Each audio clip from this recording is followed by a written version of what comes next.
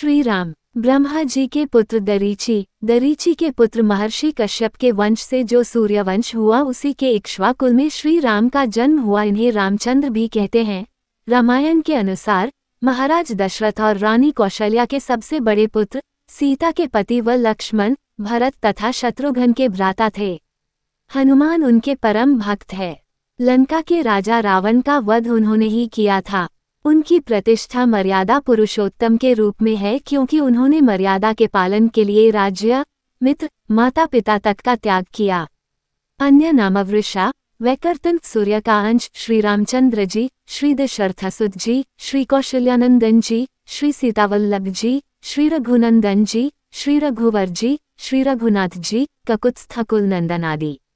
निवास स्थान अयोध्या, वैकुंठलोक परमधाम। मंत्रों श्री रामचंद्राय नमः। ओम रामाय नमः। अस्त्र धनुष बाण कोदंड धनुष एवं तलवार। जीवन साथी माता सीता, पिता महाराज दशरथ, माता देवी कौशल्या, भाई भरत, लक्ष्मण, शत्रुघ्न। शास्त्र वाल्मीकि रामायण, रामचरितमानस, विष्णु पुराण, भागवत पुराण। त्योहार राम नवमी, दीपावली, दशहरा। रघुकुल रीत सदा चली आई, प्राण जाए पर वचन न जाए। वे भगवान विष्णु के अवतार माने जाते हैं।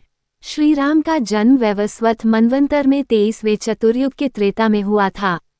श्री राम विश्वामित्र के साथ यज्ञ की रक्षा के लिए छोटे भाई लक्ष्मण के साथ गए और ताड़का आदि राक्षस मारे। उसके बाद गुरु के साथ राजा जनक के यहाँ उनकी पुत्री सीता के स्वयंवर में पहुंचकर शिव के धनुष को तोड़ सीता से विवाह किया। जब उन्होंने अगला राजा बनाया जा रहा था तब उनके पिता के वचन के लिए 14 वर्ष वनवास जाना हुआ, जहां पर लक्ष्मण ने शूर्पणखा के नाक काट दिए और उसके भाई खरदूषण का राम ने वध कर दिया।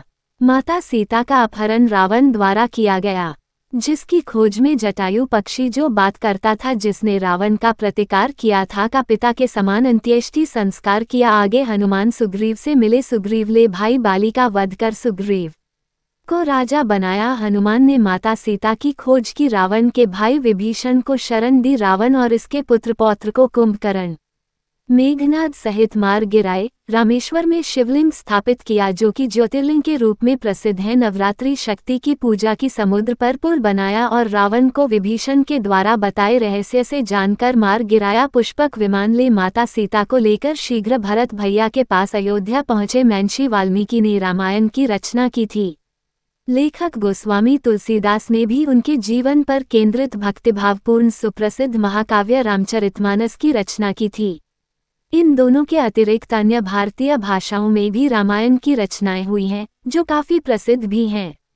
स्वामी करपात्री ने रामायण मीमांसा में विश्व की समस्त रामायण का लेखा है।